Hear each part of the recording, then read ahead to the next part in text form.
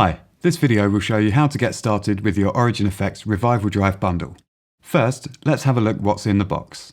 The RevivalDRIVE bundle contains the RevivalDRIVE itself, a RevivalDRIVE Footswitch, and the TRS patch cable that you'll need to connect the two together. The RevivalDRIVE recreates the signal path, tone, and feel of a vintage non-master volume valve amplifier using all analog circuitry to capture all the quirks and details of a range of classic amp circuits.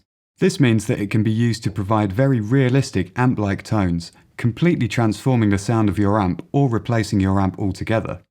The RevivalDRIVE has two almost identical channels of amp recreation circuitry. One channel that emulates the behaviour of an amp with a valve rectifier, the other a silicon rectifier. You can select between the channels using the left foot switch, with the right foot switch bypassing the pedal. The external RevivalDRIVE Footswitch allows remote control of some of the pedal's extra features, giving you access to a versatile range of inspiring vintage tones. So let's connect it all up. Connect a 9V DC power source to the RevivalDRIVE's DC input jack.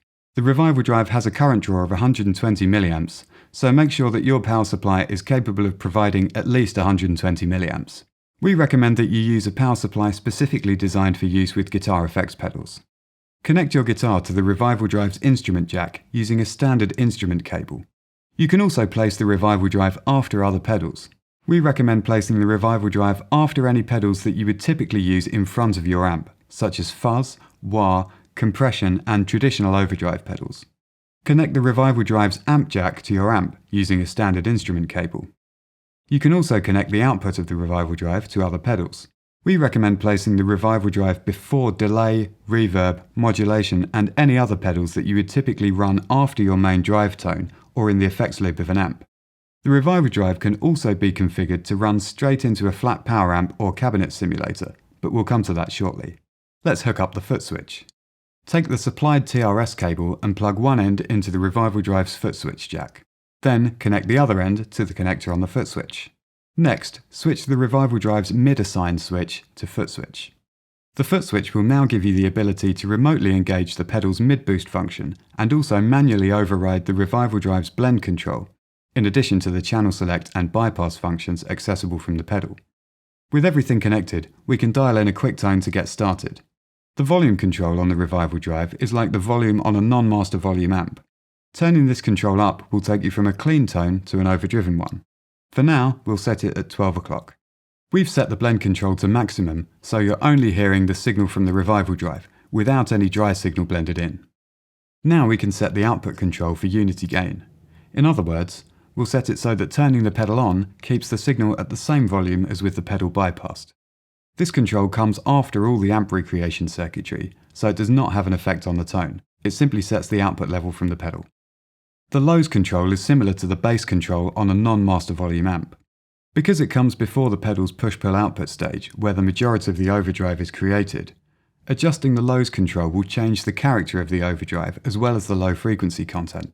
Lower settings will be tighter, while high settings will result in a fatter, less defined overdrive tone.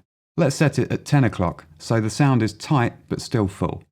There's a lot more scope for tweaking the tone and drive characteristics using the preamp and bright cap switches, which can be adjusted to mimic the preamp circuitry of different vintage amps. You can find full details of these controls in the RevivalDRIVE manual, but for this demo, we'll just leave them in their most neutral settings. Likewise, the Ghost and More Pres knobs have a big impact on the RevivalDRIVE's dynamic response and the transition between clean and overdriven tones. Again, we're going to leave these in their most neutral positions and move on to the Footswitch functions. Let's take a listen to our tone, and then add the mid-boost function.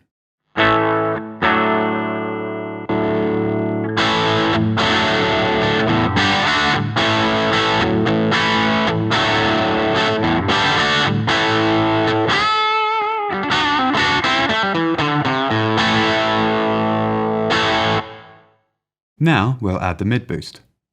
This ranges from 800 Hz to 2 kHz and can add between 2 and 8.5 dB at the chosen frequency. The mid-boost is an additional EQ stage placed after the recreated amp circuitry, and as such, it doesn't change how much distortion is happening within the pedal. This control is great for helping your tone jump out of the mix without affecting the character of the overdrive.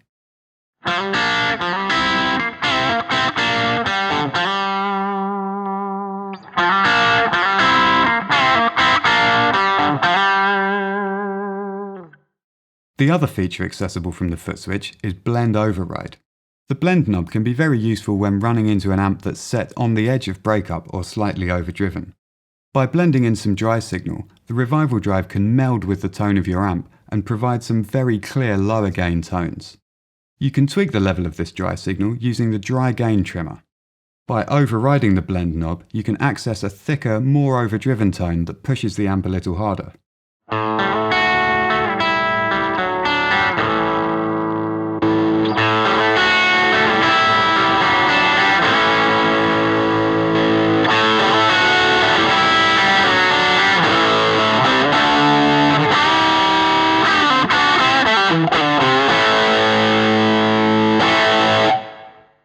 So far, all the clips you have heard have been recorded using the RevivalDRIVE into a Fender Deluxe Reverb, using the EQ1 setting on the Reamp EQ switch. The Reamp EQ circuit ensures compatibility with a variety of amps, applying a post-drive EQ curve that counteracts the voicing of your amp. This allows the amp recreation circuitry of the RevivalDRIVE to be amplified with its natural sound intact, unaltered by the voicing of your amp. This means you don't need to compromise either your amp settings or your pedal settings to make the two work together. EQ1 is designed for brighter amps, such as black panel Fenders or other amps with bright caps. EQ2 is intended for use with darker amps and those without bright caps, such as the normal input on a vintage Marshall.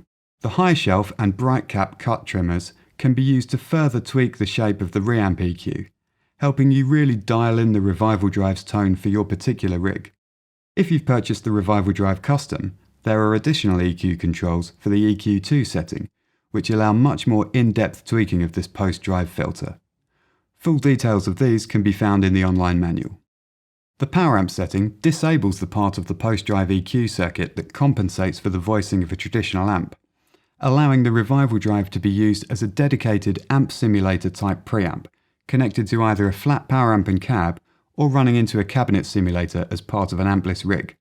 In the power amp setting, the high shelf and bright cap cut controls are still active, allowing further fine-tuning of the sound.